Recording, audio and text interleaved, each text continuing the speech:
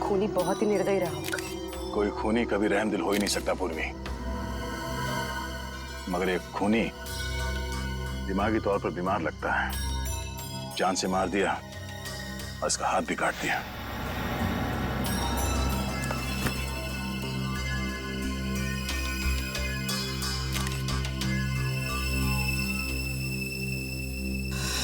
जतिन नाम है इसका, केबल ऑपरेटर है ये। सर लगता है कहीं जा रहा होगा और रास्ते में ये सब हो गया।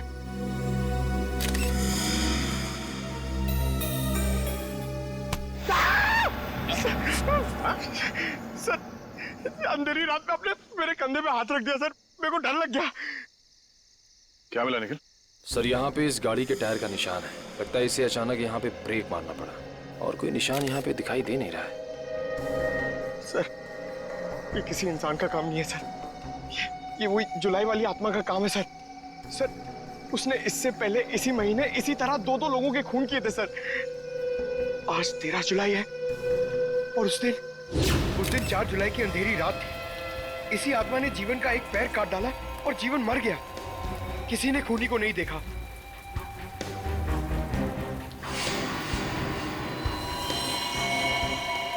बेचारी जीवन की बहन सुनीता और उनके बच्चे, वो कैसे काटेंगे जिंदगी उनके बिना।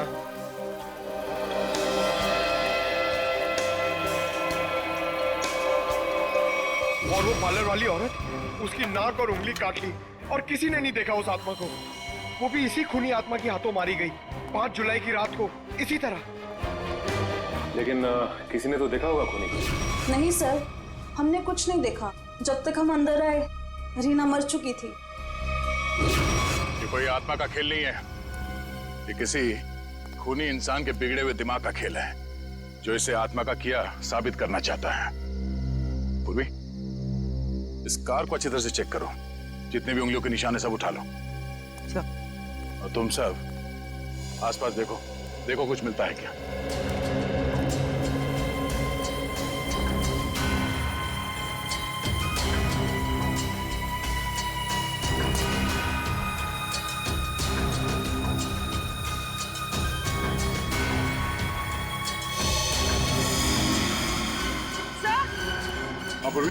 सर ये देखिए, विंडशील्ड पर हथेलियों के निशान, वो भी उल्टे।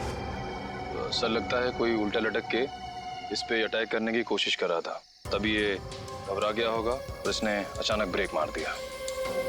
और सर जतिन अपने आप को बचाने की कोशिश कर रहा होगा, इतने में खूनी ने अपना काम कर दिया। हो सकता है।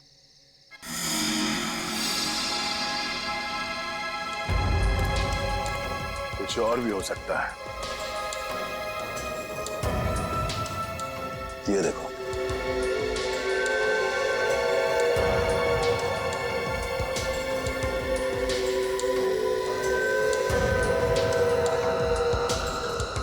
नंगे पांव के निशान जंगल की तरफ जा रहे हैं। विक्रम, लाश को फोरेंसिक लैब भेजने का इंतजाम करो।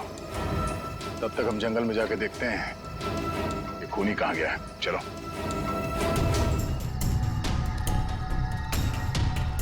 सर हम लोग और कितना आगे जाएंगे सर? जहां तक सुराग नहीं मिल जाते वहां तक। सर अगर यहाँ सुराग हो ही नहीं तो?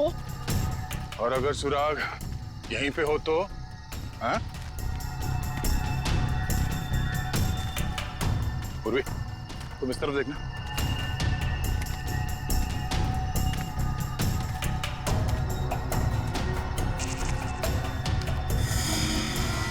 पंकज, तुम्हारी आत्मा का कपड़ा। सर ये तो किसी औरत का कपड़ा लग रहा है। सफेद कपड़ा।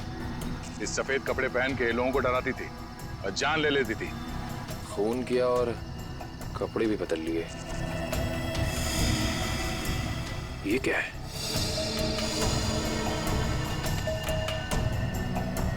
अरे ये क्या, मरा हुआ चूहा? अरे चूहा नहीं है पंकज, विग है। सर शायद उसी खूनी औरत का होगा। सर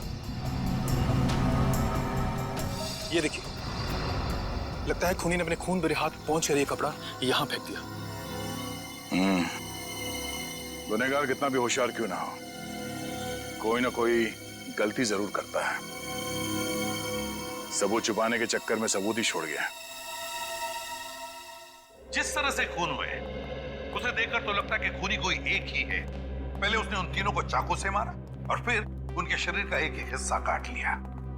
इन सबको देखकर लगता है कि उसके मन में बहुत नफरत भरी थी इन तीनों के खिलाफ।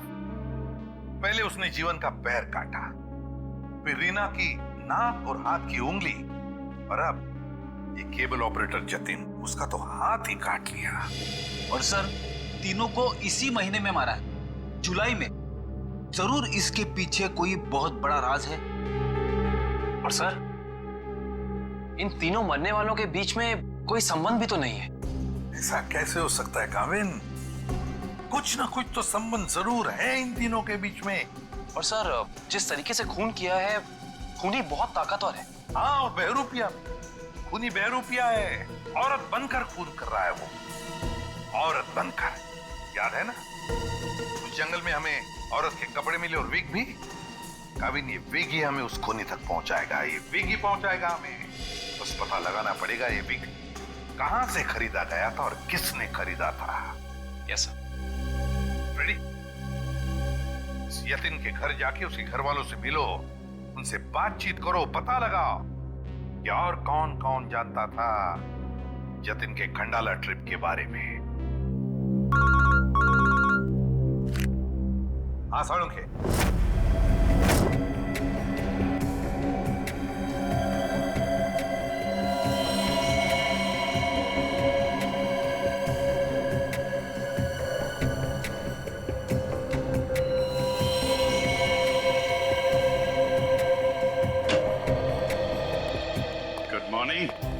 Good morning. आपको भी good morning sir. Good morning. तो ये जतिन की लाश देख के कुछ पता चला घाव के बारे में? हाँ, जतिन का हाथ काटने के लिए जिस तरह का हथियार इस्तेमाल किया गया था, ठीक उसी तरह का हथियार जीवन और रीना के लिए किया गया था। इसका मतलब सर, कम से कम ये तो पता चला कौन से हथियार से इन सबका खून किया गया, जो इन सारे केसेस को जोड़ता है। अरे कौन सा हथियार नहीं यार, किस तरीके का हथियार है ये पता चला। सालुंखे साहब, किस तरीके का हथियार है? देखो, इन तीनों को चाकू के वार से मारा गया है। घाव काफी गहरे हैं, इससे पता चलता है कि खूनी बहुत ताकतवर है, उसने बहुत ताकत के साथ वार किया है। खूनी का काम करने का तरीका कुछ ऐसा है कि पहले तो वो चाकू से लोगों की जान लेता है और फिर उसके बाद बड़े इत्मीनान से बैठकर आरी से मरने वाले के अंगों को काट करके अलग करता है। कोई दिमागी रूप से बीमार आदमी लगता है, साइकोपैथ। और हाँ, ये देखो, जानते हो क्या है भाई साहब? ये कुत्ते का बाल है। जो कपड़े मिले थे ना आपको जंगल में से, उन कपड़ों पर से मुझे कई अलग अलग किस्म के कुत्तों के बाल मिले हैं। ये देखो, क्रॉस ब्रीड कुत्ते, लैब्राडोर, हाउंड, डाल्मेशियंस, ये सब। सर, लगता है ये खूनी कुत्तों का प्रेमी है। हाँ, लेकिन है कौन ये? कुत्ता पालने वाला, कुत्ते के बारे में जानकारी रखने वाला, या फिर कुत्ते के सलून वाला?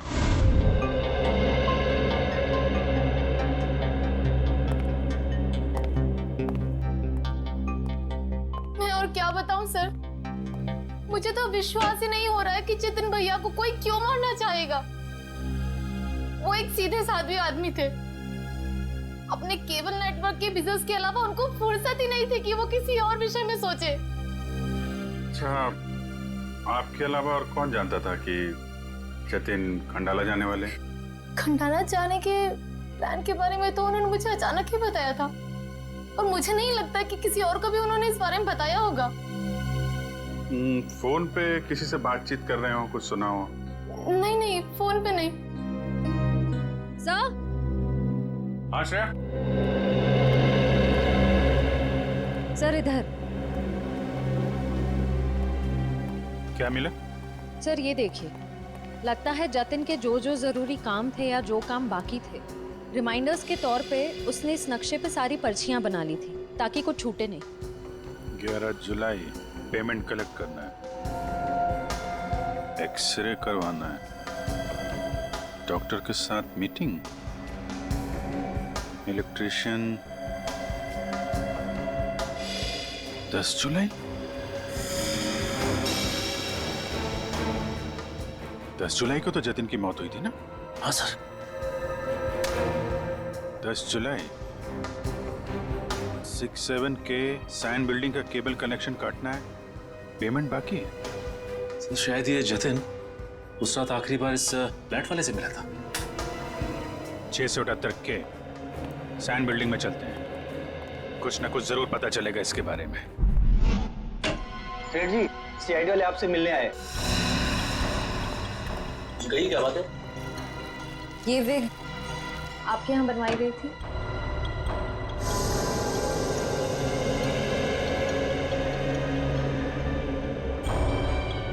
जी हाँ, ये हमारे यहाँ था। किसने बनवाई थी? क्या बात है, कुछ गंभीर मामला लग रहा है। मामला वाकई गंभीर है। हमें शक है जिसने ये विग बनवाई थी वो खून भी करता है। सर ये तो औरत की विग है। औरत और खून? हाँ, क्या आप प्लीज बता सकते हैं कि ये विग किसने खरीदी थी?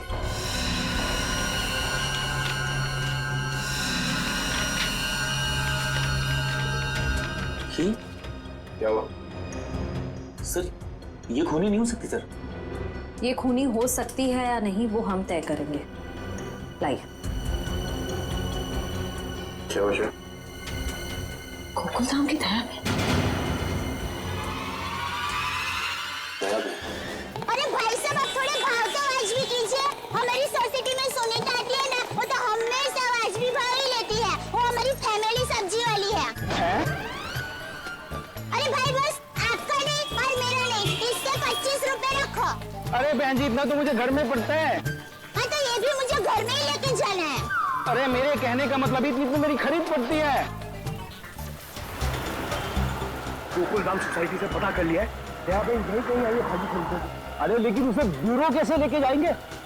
विक के बारे में बता के सर, विक के बारे में। अरे नहीं, गुस्सा हो जाएगी। एक काम करते हैं, ये उसे ना वो गरबा वरबा की बातें बता कर ना उसे मना लेते हैं। वैसे भी हम दोनों को वो भाई मानती है ना। हाँ ले जाओ, सब ले जाओ, सब ले जाओ, सब फ्री में लेके जाओ।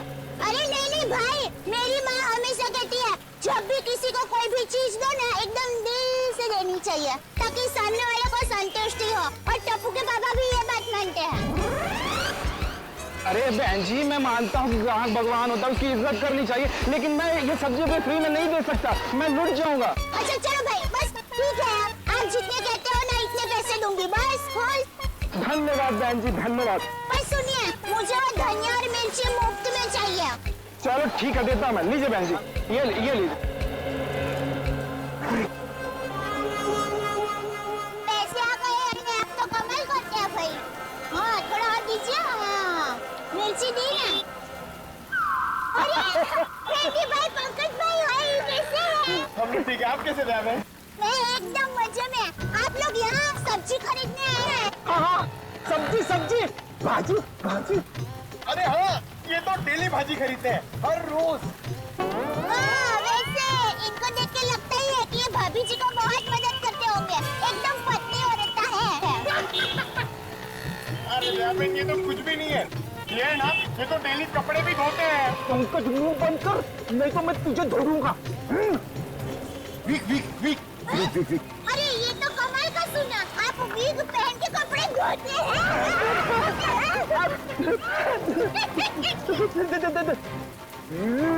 गरबा।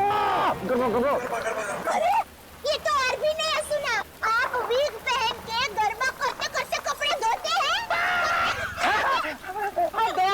मैं हर काम ना गरबा खेलते करता हूँ। ये देखो। अरे फ्रेंडी भाई, अभी थोड़े दिन पहले तो आपको सिखाया था, आपको जरा ठीक तरह से नहीं आ रहा है। अरे लगता है ये भूल गए, इन्हें जरा गरबा करना सिखाओ ना। अभी यहाँ अर्जेंट है। हाँ ठीक है, सीरी भाइयों का काम नहीं रुकना चाहिए। देखिए, हम लोग यहाँ रास्ते में गरबा करेंगे ना तो ऐसी दयाबेन, टेंशन लेने की जरूरत नहीं है। फ्रेडी के पास है कैसी जगह।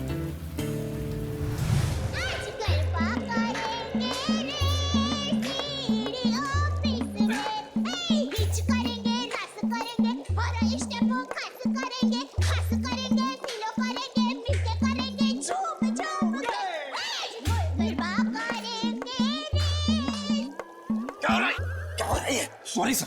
क्या सॉरी? ये क्या डांस करने की जगह है? इमरजेंसी है। इमरजेंसी तो अपने ब्यूरो में क्यों नहीं किया यार? वहां पे इंट्रोगेशन चल रहा है, इनसे कुछ पूछताछ करानी है। कौन है? कौन है ये वो नमस्ते, जय जिनेंद्र। मैं हूँ दया टप्पू के पापा गड़ा। अरे फ्रेंडी भाई, ये आप लोगों का किचन है? मुझे तो अभी पता चला। और ये जामुनी रंग है, मतलब ये दराक, हाँ ये अनार का जूस है। और ये पीला मतलब ये मौसमी का जूस है। पर आप जूस को गर्म क्यों कर रहे हैं? सूप बना रहे हैं? और आप शेफ हैं?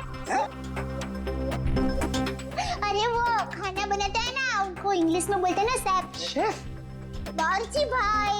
बावर्ची हो?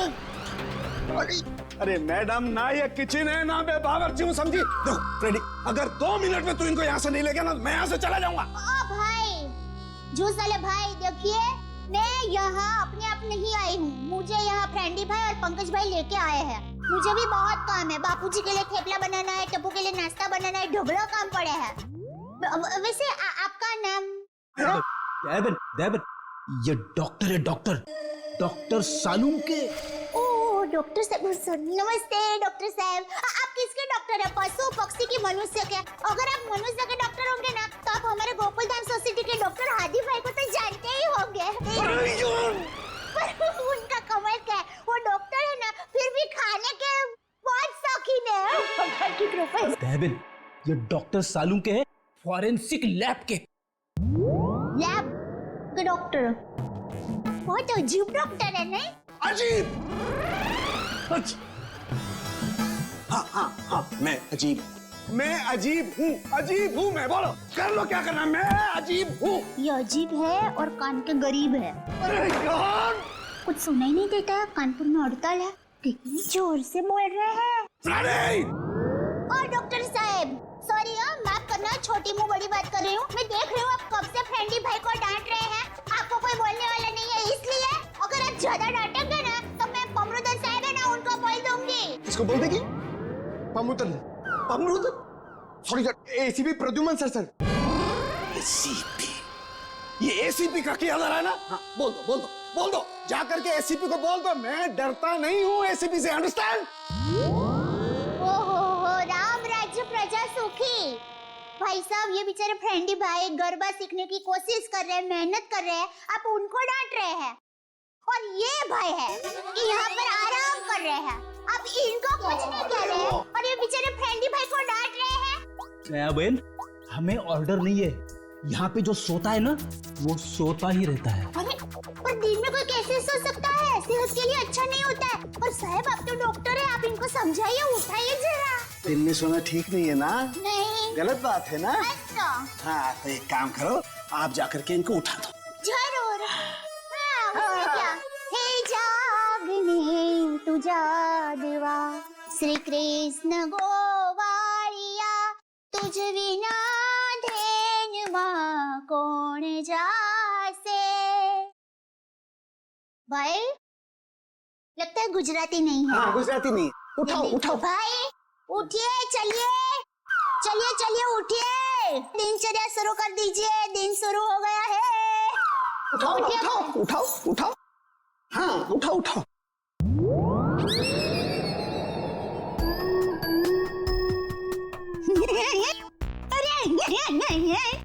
ये भाई आंखें खुली रख के सो गए हैं। अरे ये उठेगा नहीं, क्योंकि ये उठ गया है। हाँ, मर गया, ये लाश है, ये लाश।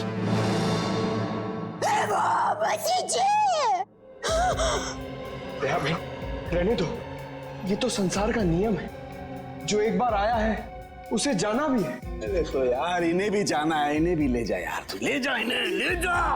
मोरे दाम न उसे दाम न यार न जाम न मोले सो साउंड में सब न कर न बमणे न मंगे न मोले सो साउंड में सब बने सब मंगल जी सवे से पर मंगल जी से स्पेशल लगन दीजिए और न मोले तम न से न जाम न सब। अरे दयाबेन क्या हुआ?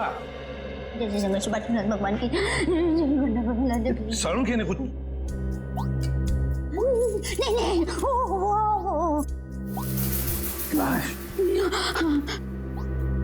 दयाबेन ये फोरेंसिक लेबोरेटरी है, यहाँ पर लाशें पड़ी रहती है। तो इनको डर नहीं लगता? ये तो लाशों से बातें करते हैं।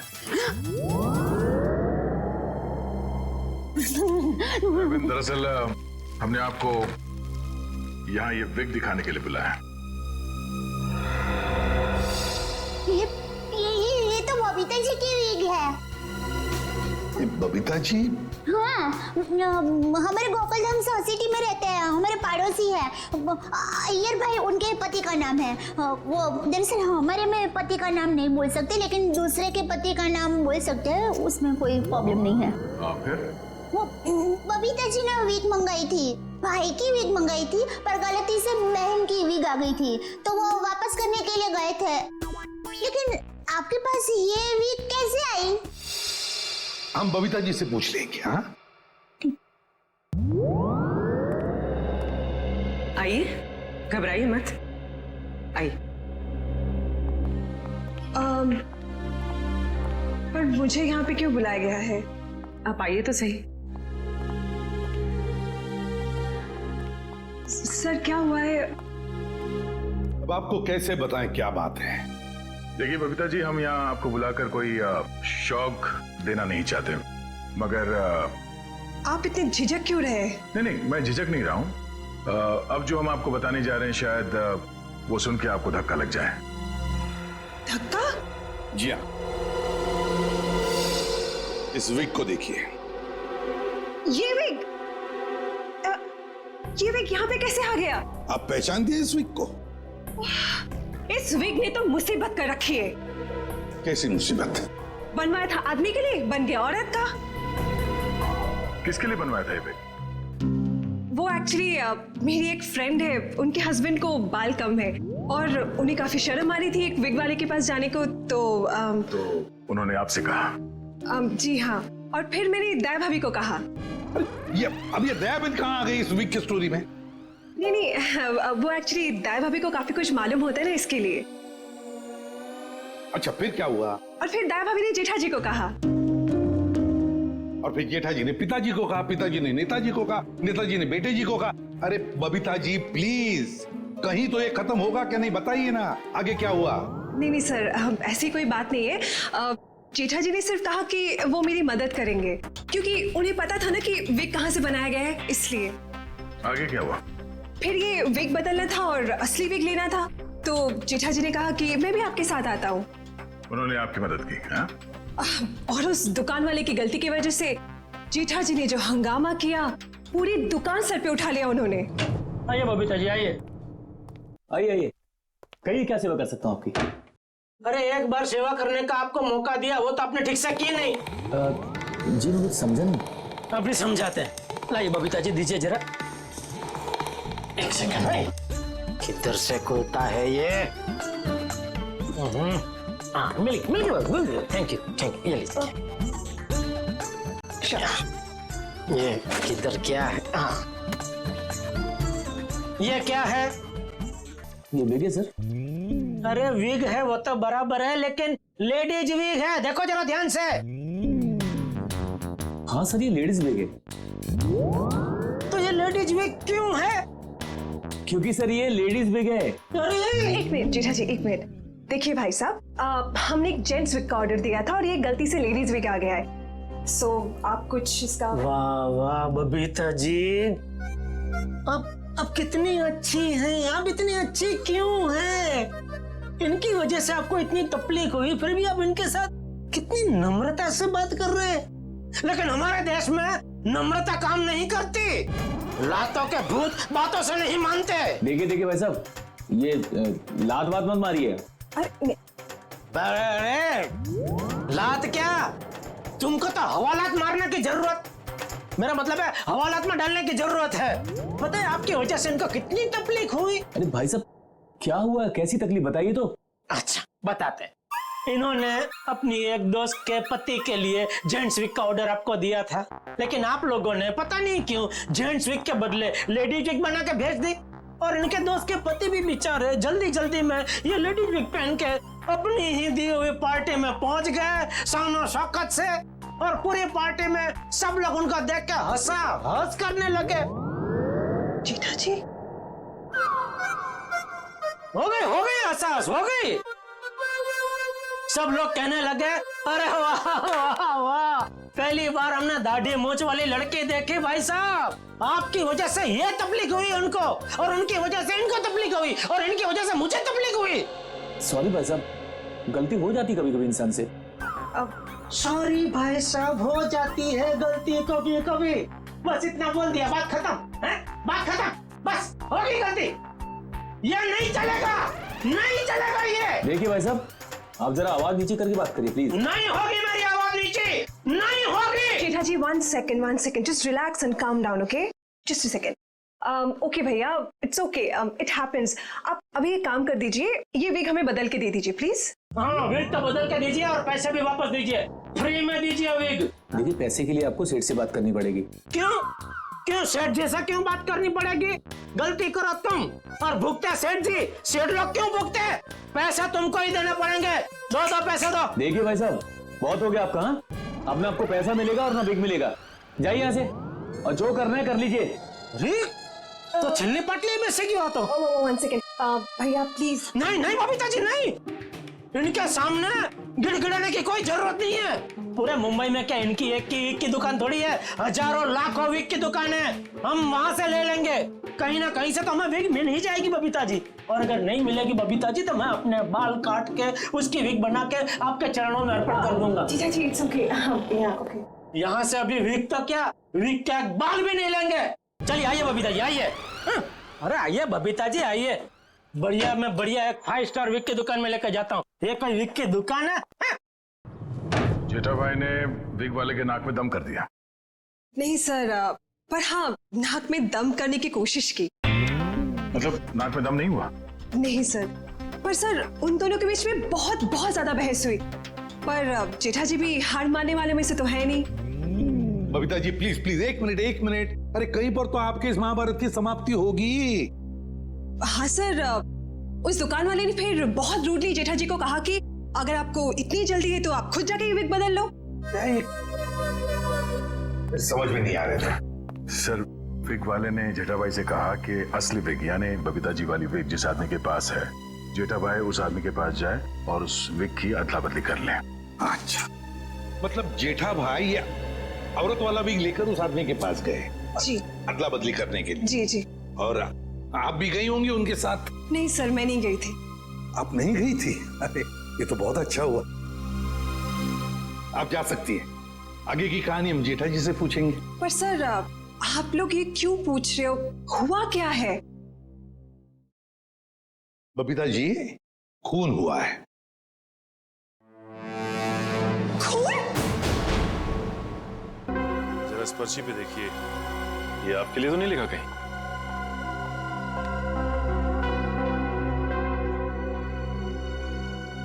ये तो जतिन का लिखा हुआ लगता है। बिल्कुल सही पहचाना आपने। मगर ये आपके पास क्यों है? एक्चुअली जतिन का खून हो गया है। खून?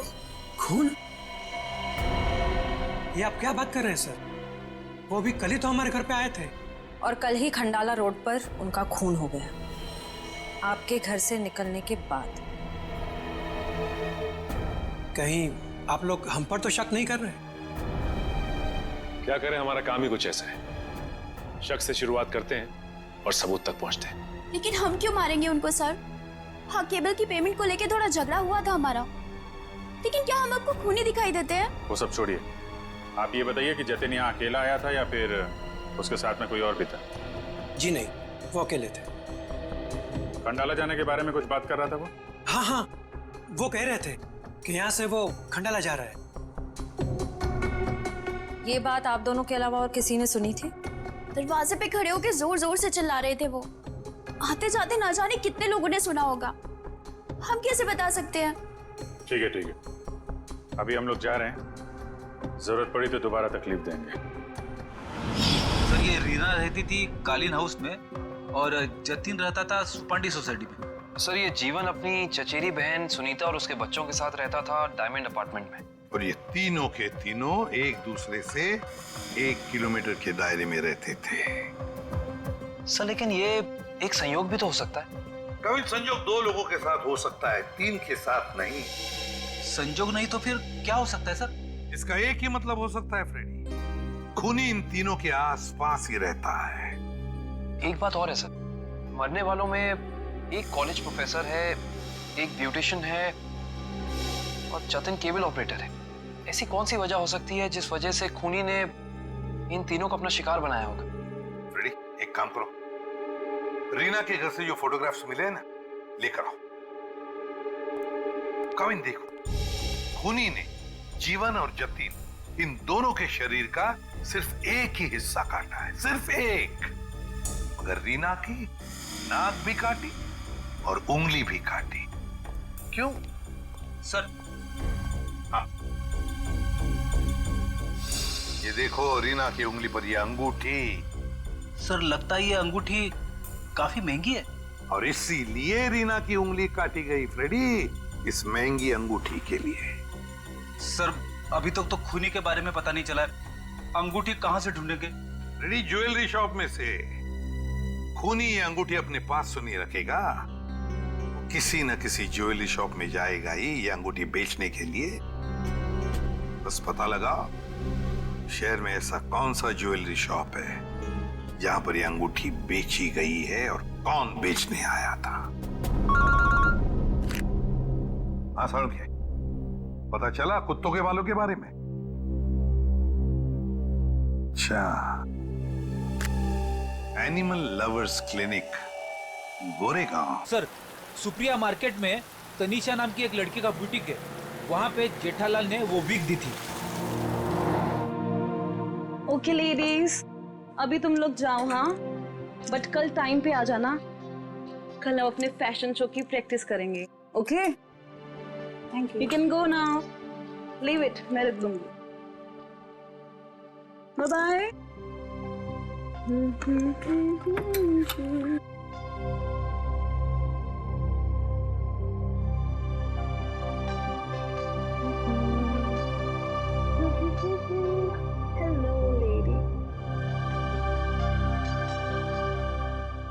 Bye, bye, bye.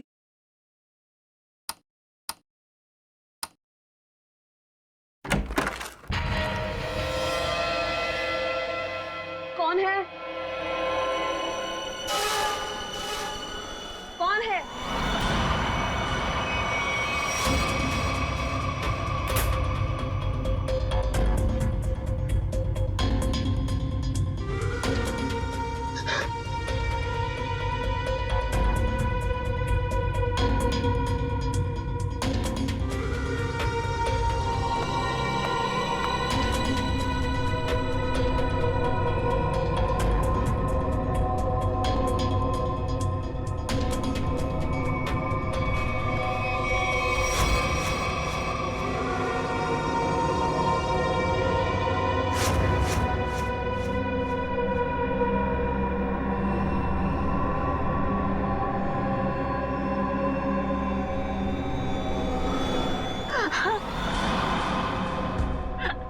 प्लीज मुझे छोड़ दो, मैंने तुम्हारा क्या बिगाड़ा है?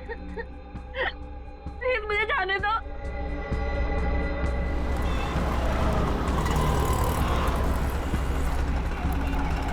सर वो रहा तनीषा का बुटीक।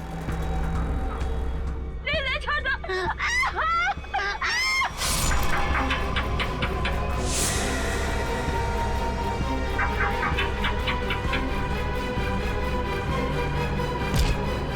तनीषा, तनीषा,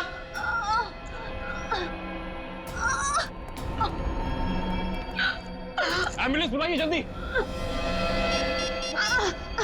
संभाल के।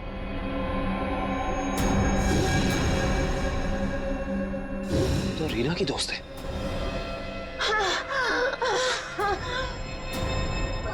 आखिर इस सबके पीछे है कौन? सीआईडी जी, कहिए क्या मदद कर सकता हूं मैं? डॉक्टर साहब, हम एक खूनी की तलाश कर रहे हैं जिसने 3 खून किए हैं। उसके कपड़ों से हमें कुछ ऐसे क्रॉस ब्रीड कुत्तों के बाल मिले हैं जिसका डीएनए आपके यहाँ इलाज कराने वाले कुत्तों के डीएनए से मैच करता है।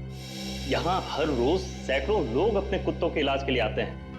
अब किसका बाल मिला है हम कैसे बता सकते हैं? कुत्तों का छोड़िए, हमें वो आदमी चाहिए जिसने खून किए। Sir, we are dog lovers. कुत्तों से इतना प्यार करते हैं, इंसान को कैसे मार सकते हैं? ये तो फिंगरप्रिंट्स लेने के बाद ही पता चलेगा। फिंगरप्रिंट्स? जी हाँ, जतिन नाम का आदमी जिसका खून हो चुका है, उसकी गाड़ी पर से हमें खूनी के फिंगरप्रिंट्स मिले। तो डॉक्टर साहब, हम आपके और आपके स्टाफ के फिंगरप्रिंट्स के साथ उस फिंगरप्रिंट को मैच करना चाहते हैं। Please cooperate.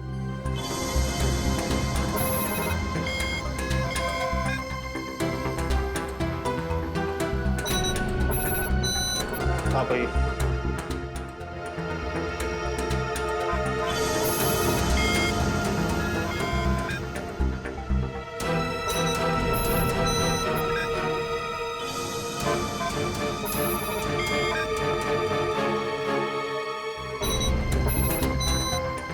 आप आइए।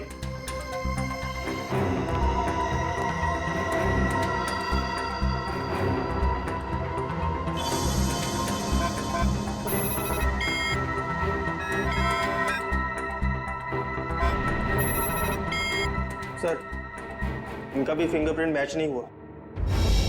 थैंक गॉड, मैं तो डरा हुआ था कि अरे कुछ किया ही नहीं तो डर किस बात का? डॉक्टर साहब, हमें आपकी एक और मदद चाहिए। जी, हमें आपके उन सारे क्लाइंट्स के नाम और पते चाहिए जो अपने क्रॉस ब्रीड कुत्तों को यहाँ आपकी क्लिनिक में इलाज कराने के लिए लाते। सर, रीना की अंगूठी की डिजाइन हमने सारे ज्वेलर्स को भेजी थी, सिर्फ इस सलोरा ज्वेलर्स ने पहचान की है। और श्रेया, ताज्जुब की बात तो यह है कि एक साधारण सी अंगूठी के लिए खूनी ने रीना की उंगली काट दी। आइए सर, क्या देखना चाहेंगे आप लोग? हम सीआईडी से हैं, हमने ही आपको कॉल किया था। ओह हाँ, आप लोग किसी लड़की की अंगूठी के बारे में जानना चाहते हैं? जी हाँ, इशिता। इसी डिजाइन की कॉपी हमने आपको भेजी थी और इसी लड़की की वो अंगूठी है, रीना नाम है उसका। अंगूठी तो यही है, मगर ये अंगूठी मैंने किसी और के ऑर्डर पे बनाई थी। तो फिर किसके ऑर्डर से बनाई थी? देखिए, किसी का खून हुआ है, प्लीज। हाँ, बताता हूँ।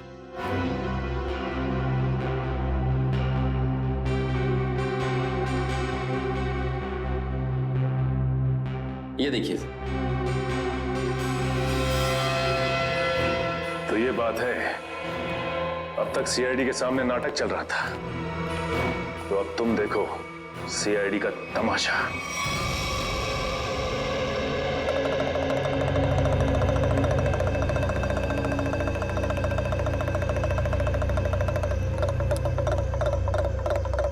मेहरबान साहिबान, कदरदान, लाले दी जान, जल्दी आइए जल्दी। आपके सामने एक तमाशा पेश करने वाले हैं हम लोग। एक ऐसा तमाशा जो सच्ची घटना पे आधारित है, एक ऐसा तमाशा जिसे देख के आपके होश उड़ जाएंगे। जल्दी आइए मेहरबान साहिबान। अरे बहनों, भाइयों, दोस्तों, जल्दी आओ। छछूंदर के सिर पे चमेली का तेल, देखो रिश्तों का बनता बिगड़ता खेल। ये क्या है सर? ये आप लोग क्या कर रहे हैं? तमाशा, तमाशा। हम यहाँ आपके सामने एक तमाशा लेकर आए हैं। अच्छा लगे तो ताली बजाना, और पसंद ना आए तो जोरदार ताली बजाना, लेकिन ताली जरूर बजाना। तालियां।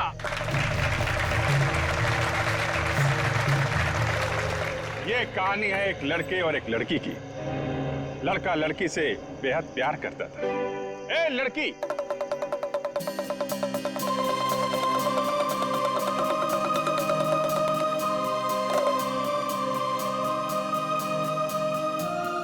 रीमा, मैं तुमसे बहुत प्यार करता हूं।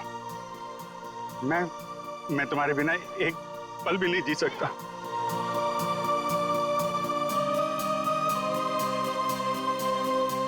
सच्ची? मुझे कसम से मेरा प्यार सच्चा है, जैसे चकोर चांद से करता है, झरना नदी से करता है और खुशबू फूल से करती है। और ये फूल तुम्हारे लिए, इसमें मेरा दिल है। क्या तुम मुझसे शादी करोगी?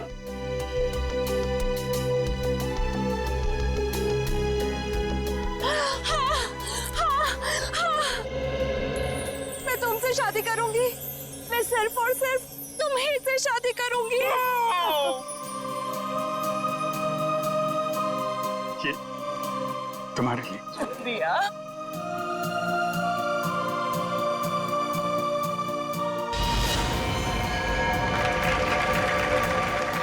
लेकिन मेहरबान कदरदान साहिबान लाले दी जान, जिस लड़के की शादी होने वाली थी उसकी एक बहन भी थी। बहन, शुरू हो जाओ।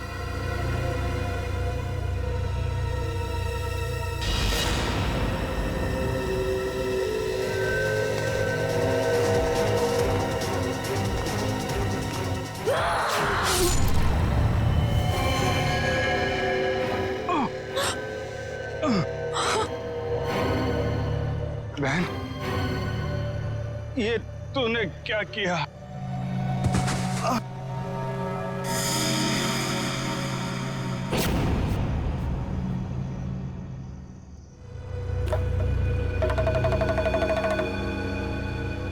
मेहरबान साहिबान कदरदान, भाई को मारने के बाद भी बहन रुकी नहीं। उसने उसकी मंगेतर का भी खून कर दिया।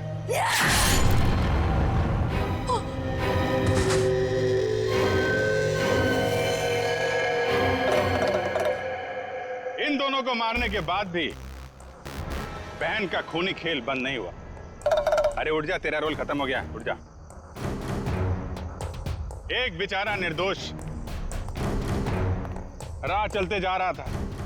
इसे क्या मालूम कि वहां मौत उसका इंतजार कर रही है। जा भाई, मर जा।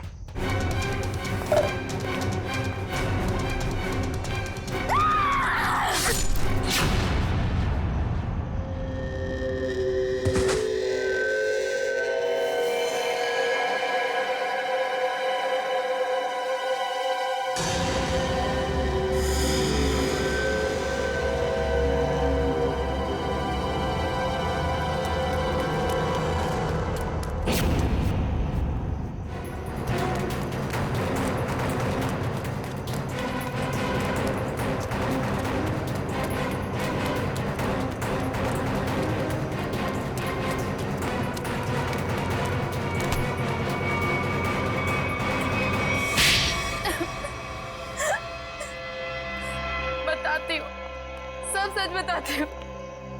मैंने ही अपने चचेरे भाई और उसकी मंगेतर रीना का खून कर दिया, क्योंकि वो दोनों मुझे अपने घर से निकाल देना चाहते थे। मैंने जो कुछ भी किया अपने बच्चों के लिए किया। रीना मुझसे कई बार कह चुकी थी कि जब उसकी शादी जीवन से हो जाएगी तो मुझे जीवन का घर छोड़ना पड़ेगा। अपने बच्चों को लेकर कहाँ जाती? मैं एक तलाकशुदा औरत हूँ और ज्यादा पढ़ी लिखी भी नहीं हूँ। इसलिए मैंने सोचा कि तुम दोनों को अपने रास्ते से हटा देती हूँ, और मैंने वो ही किया। लेकिन मुझे लगा कि लोगों को मुझ पर शक ना हो जाए, इसलिए इसको सीरियल किलिंग का रूप देने के लिए मैंने जतिन का भी खून कर दिया। तुम्हें क्या लगा ऐसा करने से तुम बच जाओगी? हैं?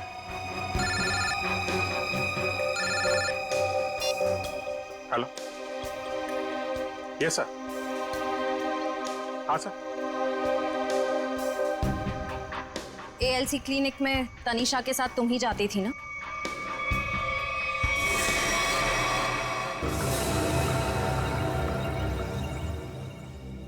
मुझे बचा लो, प्लीज मुझे बचा लो, प्लीज। तुम यहाँ क्या कर रही हो? मैंने तुम्हें कितनी बार कहा है कि मेरा और तुम्हारा अब कोई लेना देना नहीं है। मैं बहुत खतरे में हूँ, मेरे पीछे CID लगी हुई है, प्लीज मुझे बचा लो। क्या? CID? मैं तुम्हारे हाथ जोड़ती हूँ, प्लीज मुझे बचा लो। मैं बहुत मुसीबत में हूँ। मेरे बच्चे को और मुझे शहर से दूर भेज दो, प्लीज मुझे बचा लो, प्लीज। खून करने में मैं तुम्हारी मदद कर दी, लेकिन CID से बचना नामुमकिन है। बिल्कुल सही कहा भुवन तुमने। हमें पहले से पता था कि ये काम इस अकेली लड़की का नहीं है, इसमें कोई और भी शामिल है, इसीलिए हमने उसे वहां निकलने दिया। मुझे छोड़ दो सर, मुझे छोड़ दो, मुझे माफ कर दो। सीआईडी से आज तक कोई भी मुजरिम नहीं छूटा।